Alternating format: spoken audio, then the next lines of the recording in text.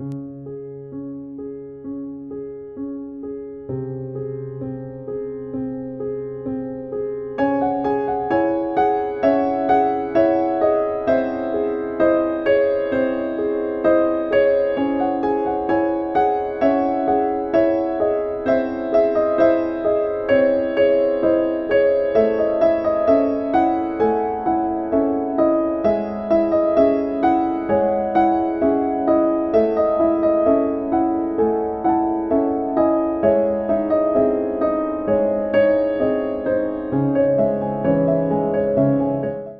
a case coming out of Sao Paulo back in 2008, the Brazilians, they conducted a survey and 98% of the population said they knew of this story. So there's four main people in this story. I'll give you the names. You've got Isabella, who's the 5-year-old girl. You got her mother, Ana Oliveira.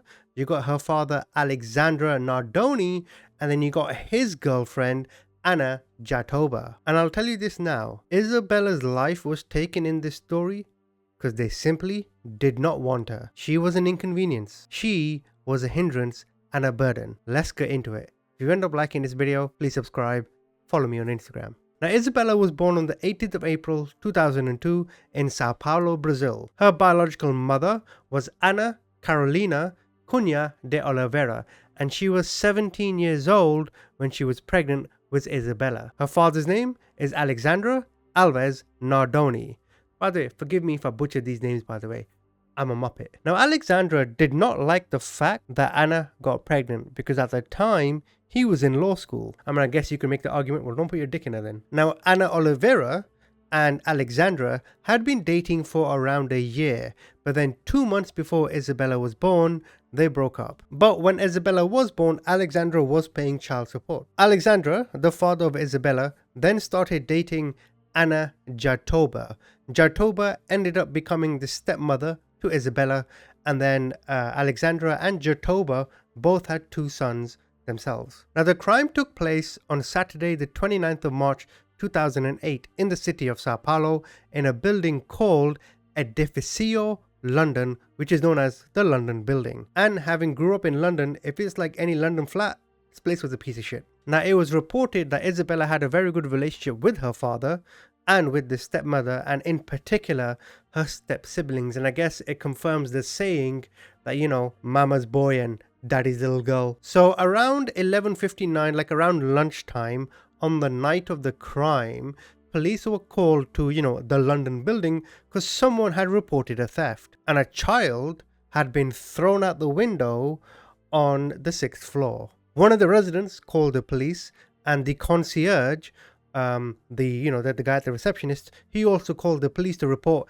there's a body, there seems to be a theft going on, something isn't right. Then when other people saw the body and heard the commotion, they also started calling the police, and then eventually around 15 police cars arrived and 2 ambulances. But it's important to note that Alexandra, the father, and Jatoba, the stepmother, neither one of those called the police. Isabella was found lying on the front lawn of the London Building. Paramedics tried to revive her, resuscitating her for 30 minutes over and over again as they tried to give more life to this beautiful young girl. And then when they took her to the hospital, she was dead when she arrived. And during all of this, as you can imagine, the parents would be shocked. Please, Isabella, wake up. Please, Isabella, stay with us. Like a normal reaction you would get from any parent. But it was said that during police questioning, in this moment that is, in the hospital van itself, and with all the doctors, Jatoba and Alexandra did not once ask on the well-being of Isabella. Just imagine you're in the ambulance, right? And the doctors are trying to resuscitate her, giving injections, whatever it is they do. And you're sitting there worried saying, is she okay? Oh, you're probably holding her hand, right? That's what you would do. That's what you would do if it's your daughter. You'd hold her hand or something, but you would know exactly what's going on, such as the concern and the sadness and the worry you'd have. But to not be concerned or told to not even ask, this concerned the police. So the police, they asked Jatoba and Alexandra, hey, why didn't you call the police? If you knew something was wrong with Isabella to this degree, if you saw a body, why didn't you call the police? And their response was that when things got bad, when there was a concern, when they had issues, they never once thought in their head, we should call the police or the ambulance or the firefighters.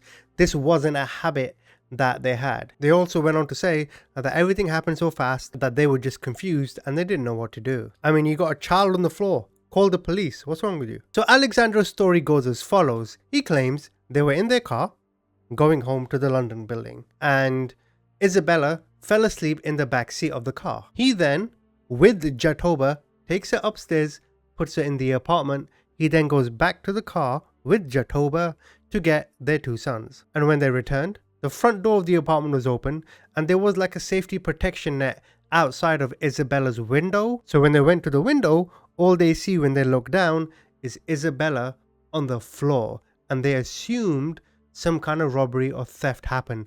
This is what they told the police. They told the police that the front door's open, so someone must have come, robbed the place, and then thrown Isabella out the window. So the police start investigating. They look around the apartment and they realize there's no signs of forced entry and there are no signs of a robbery. They spoke to their neighbors and stuff like police do, and the residents said they all confirmed that they didn't notice or see anyone suspicious. This is key, because in a lot of crimes, in a lot of even robberies, or when a life is taken, or even minor stuff, there's always someone that sees something. It could be the minor detail, but they always see something. But in this case, nobody confirmed of any suspicion whatsoever. The police did confirm that the inside of the apartment was, quite messy. It was quite filthy, but to them it looked more like just a normal home that needed a bit of cleaning up. Whereas with a robbery, the TVs are on the floor, the clothes are all over the place, the knives and utensils.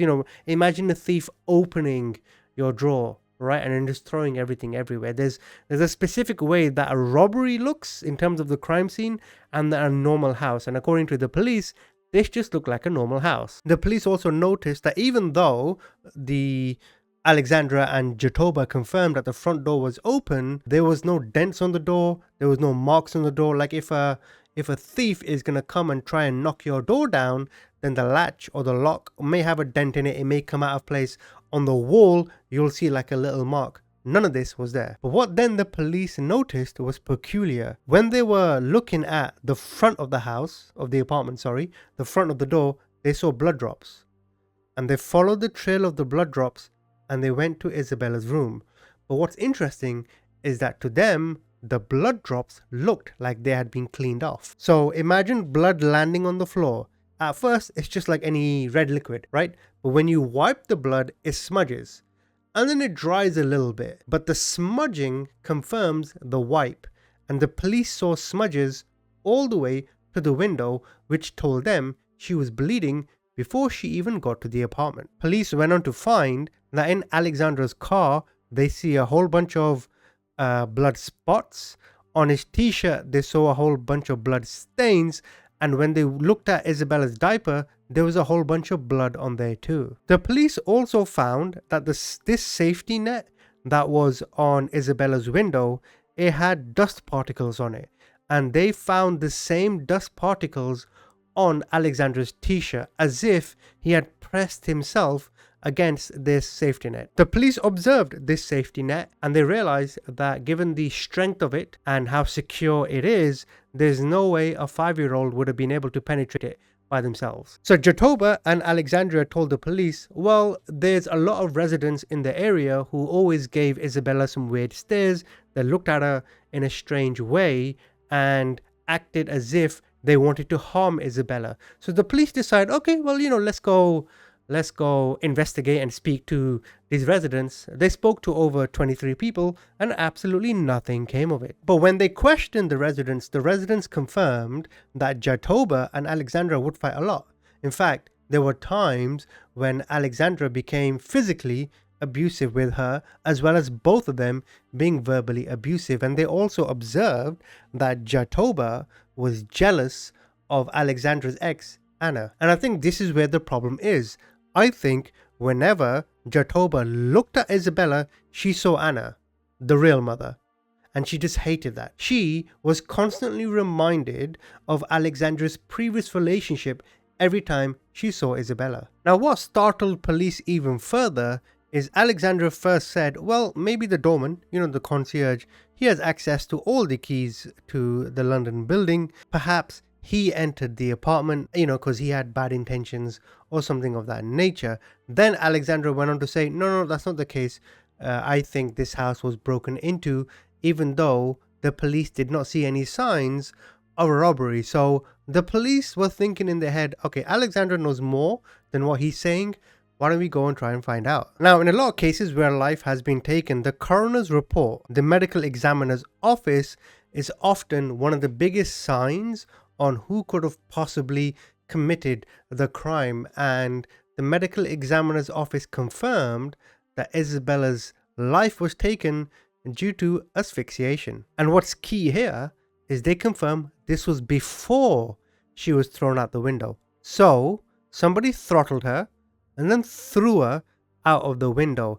And they also said that if she had landed without the asphyxiation, she would have had a 50% chance of surviving if she had the ambulance there and then. You also have to think, the police and the ambulance arrived 3 minutes after the first phone call. So they were generally there pretty quick, and even under those circumstances, Isabella didn't survive. So it's an indication of the level of force used. The medical examiner also confirmed that prior to these events, she had also been physically assaulted. She had multiple wounds all around her body that were not consistent with a fall. She had lesions on her lips, which were consistent with someone putting their hand over her face to stop her from screaming or crying or talking. They said she had a broken arm, but the way this injury was structured was as if somebody physically slammed her on the floor. She also vomited on herself.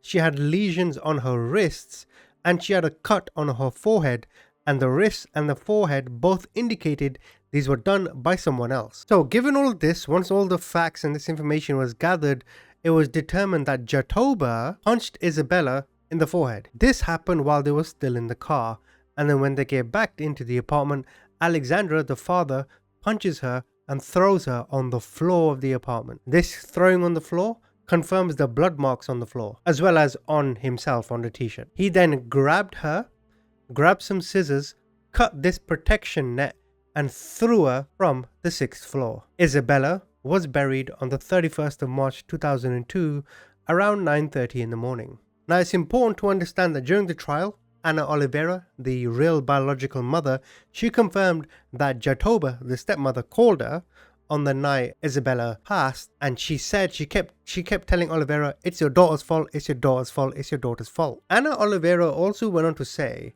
that Alexandra threatened to take her life. See, they got to a point where Alexander wasn't paying his alimony for whatever reason, and she went to him and she said, look, you owe me alimony, pay up. And Alexander basically said, no, I'm not paying you, get lost, or whatever reason he had. And in those moments, he always threatened to kill her and then take Isabel away from her. So after a 5-day trial on the 27th of March 2010, Alexandra and Jatoba were both found guilty. Alexandra was sentenced to 31 years in prison and Jatoba was sentenced to 26 years. So now to the question of why. Why would you harm this innocent little girl? And as I mentioned, I think it's because Jatoba was just jealous of Anna Oliveira, the biological mother. There's no other logical explanations. There's 2 reasons. Either she was jealous of Oliveira because maybe the way Alexandra, the father, spoke about Oliveira. Obviously, he was still in contact with Oliveira because he had to pay the child support, and obviously he's attached for life, I guess, due to Isabella being their daughter. Maybe Jatoba didn't like the way Alexandra spoke to Oliveira, or maybe there was always a spark or a flame between them. You know what I'm trying to say? Or the other explanation is that Alexandra and Jatoba just hated each other because they did constantly fight. They hated each other and considered Isabella, their voodoo doll that would poke all the time, taking their anger and frustrations out on them. Either way, 31 years, 26 years, whether you think they should be in jail for life or not, that is a more than acceptable sentence, as in like it's better than 12 years or 15, right? And if you are Brazilian and you're watching this, I hope I conveyed this story as accurately as I could. Why don't you guys comment, tell me what you think.